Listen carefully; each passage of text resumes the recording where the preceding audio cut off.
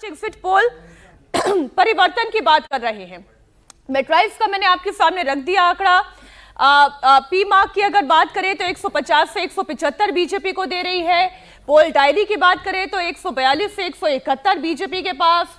Chanakya strategy की बात करें 150 से 160 और प्रजा पोल की बात करें तो 178। ये तो बिल्कुल अगर 178 वाली लड़ाई है तो ये लहर वाला चुनाव है। लेकिन अब नतीजा क्या होगा, मैं फिर कहती हूँ ये 4 तारीख को पता चलेगा। एक पीपल्स पल्स है जो ये कह रहा है कि बीजेपी 95 to 100 के बीच में रह जाएगी और टीएमसी सरकार बना सकती है और 177 से 187 तक टीएमसी स्कोर कर सकती है। बीजेपी के नेता शुवेंदु अधिकारी ये दावा कर रहे हैं कि बंगाल विधानसभा में उनकी पार्टी 180 सीट जीतने जा रही है।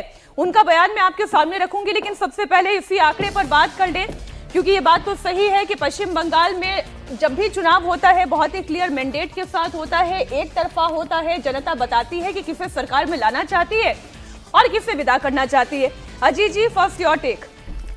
बिल्कुल आपने ठीक बात कही और आमतौर पर यह होता है कि जो एग्जिट पोल के अनुमान होते हैं उसके नंबर्स गलत होते हैं, डायरेक्शन उसका सही होता है। डायरेक्शन एक मिल जाता है कि ये नतीजा हम अनुमान लगा सकते हैं कि भारतीय जनता पार्टी अब वहाँ जीत के बंगाल में सरकार बनाएगी।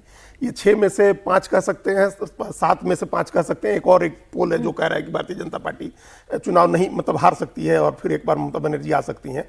लेकिन ये जनरल डायरेक्शन है, जनरल सेंस भी है कि भारतीय जनता पार्टी वहाँ इस बार चुनाव जीत रही है। लेकिन ये हैरानी की बात है कि सारे पोल्स जो है, एक आध अनुमान छोड़ दे तो सब बहुत क्लोज फाइट बता रहे हैं।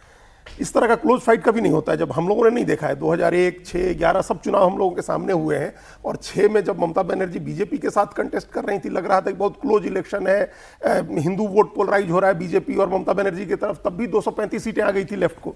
तो ये 184 फिर ममता बनर्जी को आई, फिर 211 आई, 215 आई। तो नतीजे इस तरह से आते हैं, एक तरफा नतीजे आते हैं। और अगर वोट में 2.5 से 3% का अंतर है, जो मैट्राइज की बात जिसके आंकड़े पर हम लोगों ने कल शाम में बहुत चर्चा की है, तो अगर 2.5-3% का अंतर है तो शुवेंदु अधिकारी वाली बात साबित होगी कि 180 सीटें आ जाएंगी भारतीय जनता पार्टी को। ममता बनर्जी उससे नीचे जाएंगी जितना भी अनुमान जताया जा रहा है। एक सेंस मिल गया, एक डायरेक्शन मिल गया कि बंगाल में भारतीय जनता पार्टी चुनाव। शुवेंदु अधिकारी का बयान हम दर्शकों को सुना देते हैं। उन्होंने कहा कि जब सरकार बनती है, पूर्ण बहुमत की सरकार बनती है, बीच का जनादेश जो है वो पश्चिम बंगाल की जनता नहीं सुनाती। आप सुने शुवेंदु अधिकारी को। 92%, 3% हिंदू बहुल क्षेत्रों में वोटिंग हुआ। मुसलमान ने 80% वोटिंग किया। ये नया बंगाल, ये भगवा बंगाल, स्वामी विवेकानंद के बंगाल में कोई नजदीकी नहीं होता है। नजदीक नहीं होता है। जो सरकार बनेगा, बीजेपी बनेगा, 180 से कम नहीं होगा, जो ये बंगाल का ट्रेंड है। अब शुवेंदु अधिकारी 180 सीट जीतने का दावा कर रहे हैं तो ममता दीदी जीत का चौका लगाने का दावा कर रही है।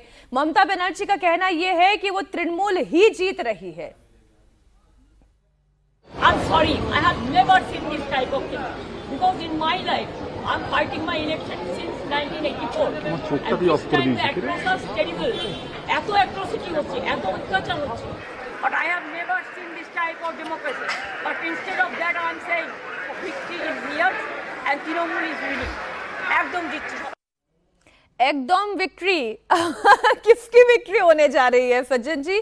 पोल की माने तो बीजेपी मैंडेट के साथ जाती दिखाई दे रही है और टीएमसी की हार दिखाई दे रही है, सिर्फ एक एजेंसी को छोड़ दे तो।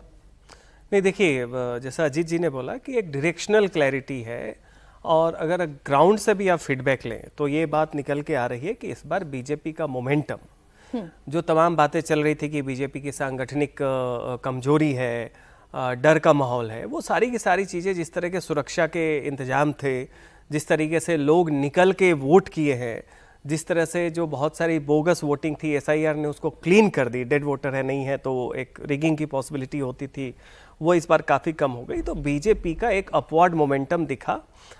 सबसे ज़्यादा क्या दिखा कि जो प्रधानमंत्री और गृह मंत्री, इन दोनों ने जाके लिटरली, गृह मंत्री तो वहाँ कैंप कर गए और जो बंगाल में सांगठनिक कमजोरी थी लास्ट मोमेंट में पिछले 1-8 महीने में उसको कंपनसेट करने की कोशिश की है।